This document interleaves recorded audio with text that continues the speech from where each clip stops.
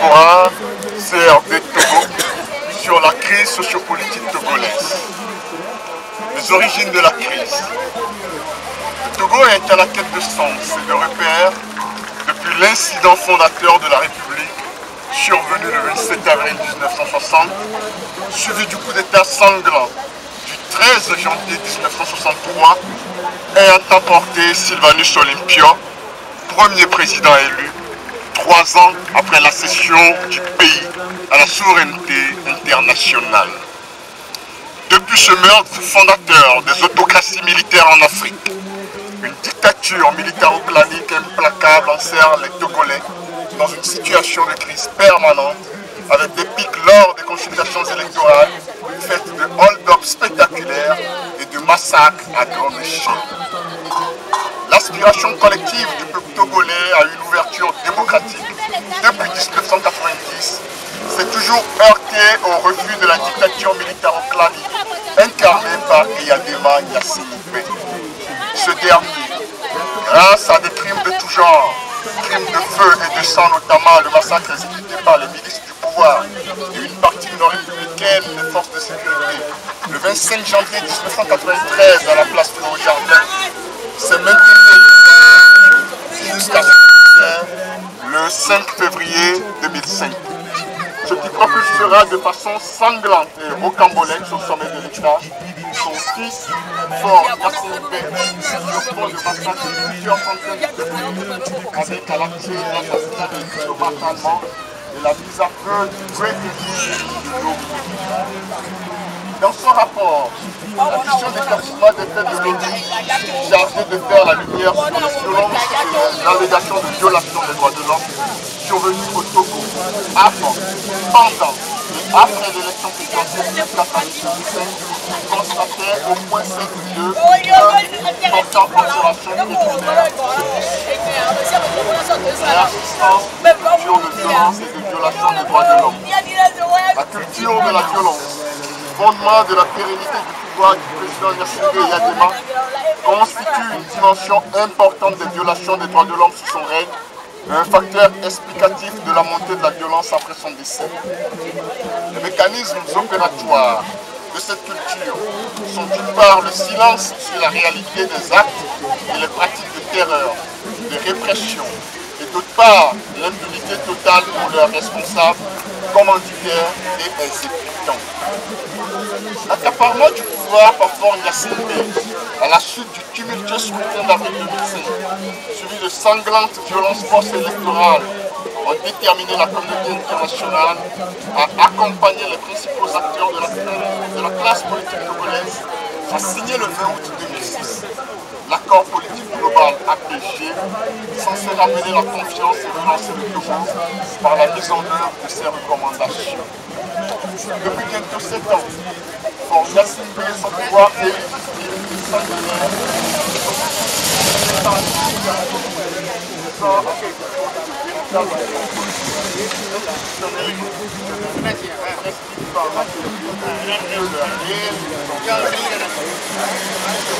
à mettre en œuvre les réformes classiques. Je suis dans un esprit permanent de tout en avant, à engendrer ce qu'il convient de désigner comme étant idéo-patrimonialiste démocratique.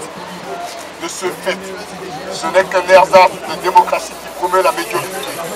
Et faire violence à la culture de la confiance partagée, l'excellence et l'éthique, la justice sociale, la vérité des comptes publics et la prospérité partagée pour tous. Ersatz de démocratie dont quelques-unes des caractéristiques sont la proposition du régime illégitime de Faure Gnassingbé à faire abattre la terreur généralisée et inouïe l'ensemble de la population togolaise durant les manifestations pacifiques et durant les élections frauduleuses imposées à pas de charge, atteindre une ouverture politique à travers de pseudo-dialogue avec le reste de la classe politique.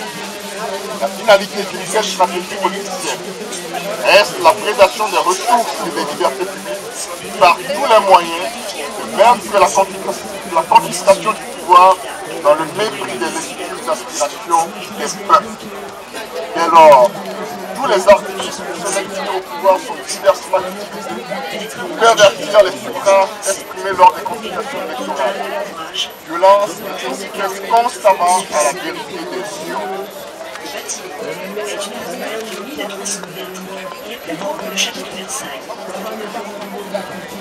C'est ainsi que la gouvernance de Port Yakuté n'a cessé de s'appuyer de la répression aveugle et barbare pour exécuter toute suppression légitime. La population est abandonnée face à la faillite totale du pouvoir ayant déserté le champ de ses responsabilités de protéger contre la faim, le besoin et la peur. Les entorses diverses aux lois de la République et le gangstérisme d'État demeurent la marque de fabrique du pouvoir, ce qui ne fait qu'amplifier sans cesse la violation des droits humains ainsi que la désespérance sociale. Pour preuve, le traficotage en février 2012 du rapport de la Commission nationale des droits de l'homme relatif aux allégations de torture à l'Agence nationale de renseignement ANR. Un acte extrêmement grave n'a fait l'objet d'aucune suite. Pire, les conclusions du rapport authentique n'ont pas abouti à faire cesser les multiples violations des droits humains, des lois et de la Constitution de la République. Le pouvoir s'est montré réfractaire à toute idée de dialogue franc et sincère avec les forces de l'alternance et du progrès, nonobstant la plateforme revendicative pour le Togo démocratique transmise depuis juin 2012 au gouvernement par le collectif Sauvons le Togo, CST. Le refus de mettre en œuvre les réformes constitutionnelles, institutionnelles, et celles relatives au cadre électoral avant la tenue des prochaines consultations électorales, en vue de garantir la vérité des urnes, de même que la grave crise de confiance et d'avenir de la nation tout entière, conduit aux manifestations organisées par le CST les 10, 11, 12 janvier 2013. C'est dans ce contexte de crise et de tensions sociopolitiques qu'une série d'incendies aussi criminels que déroutants a embrasé les marchés de Lomé, Kara et ceux d'autres villes ainsi que certaines habitations depuis le 4 janvier 2013. La crise du feu. Le Togo a été secoué en janvier et février 2013 par une série d'incendies occasionnant d'importants dégâts matériels sans perte de vies humaines. Le 4 janvier 2012, le village de Vodjoubé à l'est de Lomé fut totalement ravagé par le feu dans des circonstances indéterminées. Dans la nuit du 9 au 10 janvier 2013, le grand marché de Kara suivra, totalement ravagé par le feu. Dans les deux premiers cas, les services du feu togolais n'ont pu faire grand-chose et aucune mesure préventive n'a été prise par le gouvernement. Dans les premières heures du 12 janvier 2013, le grand marché de Lomé verra son bâtiment principal partir en fumée dans les circonstances troubles. Ce sinistre, de par l'importance du site, qui est le bord de mer, la vieille ville et le poids économique de ce grand centre commercial du Togo, a suscité la colère des populations révoltées contre le gouvernement pour sa défaillance généralisée en matière de gestion de sinistres et de sécurité civile. Par la suite, plusieurs marchés et édifices, de même que des habitations privées, ont été ravagés par le feu suivant une catégorie, une cartographie nationale. Le kérosène, dont la sécurisation au Togo est assurée par les forces armées, a été identifié par les experts des services du feu français sollicités par le pouvoir de Lomé comme le combustible à la base des incendies criminels des marchés de Lomé et Kara. La dictature judiciaire fondée sur l'instrumentalisation de la justice. À se demander si la crise de feu n'a pas un dessein caché. La rafle opérée dans les rangs des partis de l'opposition sur fond des arrestations arbitraires et grossières met en relief l'incessante instrumentalisation de la justice à des fins politiques. Tour à tour, les responsables de partis politiques ont été interpellés et défoués en méconnaissance du principe de la présomption d'innocence. Coïncidence inouïe, ce sont seulement les membres des regroupements de l'opposition qui ont été interpellés dans le cadre de la crise du feu. Pour l'entière manifestation de la vérité, une enquête judiciaire impartiale doit se faire à charge et à décharge. Contrairement à ce principe, l'enquête s'est exclusivement appuyée sur les déclarations du cher Mohamed Loum pour inculper les leaders de l'opposition. Quelques semaines plus tard, le cher Mohamed Loum s'est rétracté, affirmant tout haut que ces déclarations ne sont pas authentiques puisqu'elles ont été le fruit d'une machination orchestrée par les autorités elles-mêmes pour décapiter l'opposition afin de pouvoir gagner haut la main des législatives à venir. L'enquête, fondée exclusivement sur les déclarations du Cheikh Mohamed Loum, n'a pas cru devoir prendre en compte la rétractation de ce dernier. Dans un contexte d'acharnement surréaliste, les principaux responsables de l'opposition sont inculpés, voire incarcérés. Dès lors, ils se retrouvent écartés du processus électoral que prépare unilatéralement le pouvoir. Ce dévoiement de l'institution judiciaire constitue désormais la pierre angulaire du régime de Faure Gnassingbé, une atteinte permanente aux libertés individuelles et le cœur battant de toutes les brimades et abus de pouvoir. C'est ce qui rend lumineuse la pensée de Montesquieu. Je cite, « Il n'y a point de plus cruelle tyrannie que celle que l'on exerce à l'ombre des lois avec le couleur de la justice. » Fin de citation. Alors que le contexte politique est tendu, la situation sociale des plus précaires, la date du 21 juillet 2013 a été désignée comme celle à laquelle devraient se tenir les élections législatives. Situation explosive et annonce précipitée de la date des élections. À la crise du feu qui révèle l'incapacité du pouvoir de Lomé à garantir la sécurité humaine, se superpose une crise sociale persistante avec les revendications de la synergie des travailleurs togolais pour l'amélioration de leurs conditions de vie et de travail. Les manifestations pour appuyer les revendications se sont malheureusement soldées par la mort de 2 élèves lors d'une marche pour appuyer les enseignants grévistes à Dapaon dans la partie septentrionale du Togo. Après Dapaon, tour à tour, les villes de Niantou, Kanté, Badou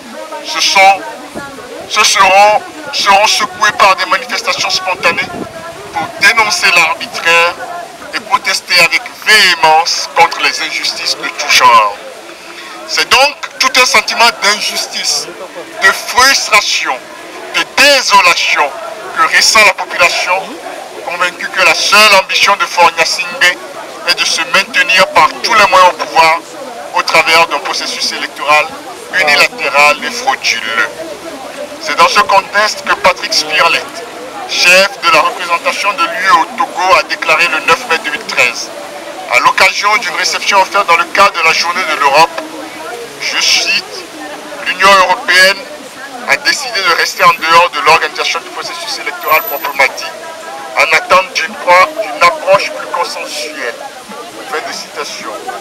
À l'évidence, la communauté internationale à travers l'UE et les partis politiques, ainsi que les mouvements citoyens au plan national, s'inquiètent à juste titre de la conduite unilatérale du processus électoral par le pouvoir en place au regard des violences et massacres post-électoraux du pays.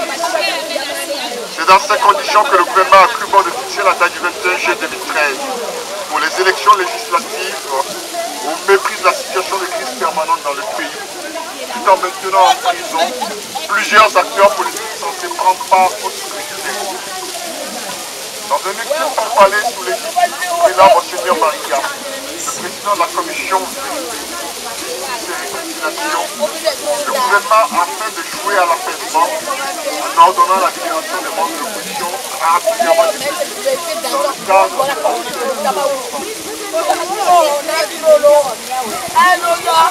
Malheureusement, quelques membres seront libérés alors que des candidats aux législatives sont maintenus en détention jusqu'à ce jour. La date limite de dépôt de candidature étant fixée depuis le 19 juin 2013, ces candidats sont de fait écartés à dessein par le pouvoir.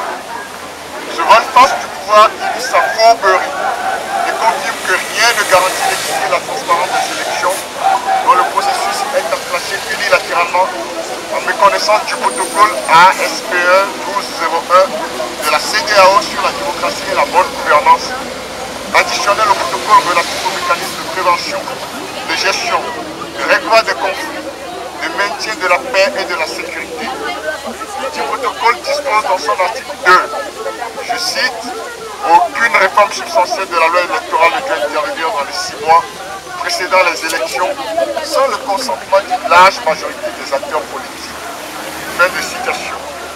Face au danger élevé d'embrasement qui guette le Togo, lors des élections à risque à venir, le collectif de résistance de la diaspora CRD Togo souhaite attirer l'attention des citoyens togolais, où qu'ils se trouvent, de la communauté internationale, des amis et pays partenaires du Togo, agir avec célérité en amont afin d'empêcher la réédition des massacres post-électoraux de 2005. Le CRD Togo soumet dès lors les recommandations qui suivent. Dans une perspective proactive, les recommandations suivantes apparaissent nécessaires à mettre en œuvre en amont afin d'éviter un foyer de plus de tensions dans la sous-région régionale déjà secouée par la guerre au Mali et au moment où les velléités terroristes de la cellule Boko Haram au Nigeria sont plus que préoccupantes. 1.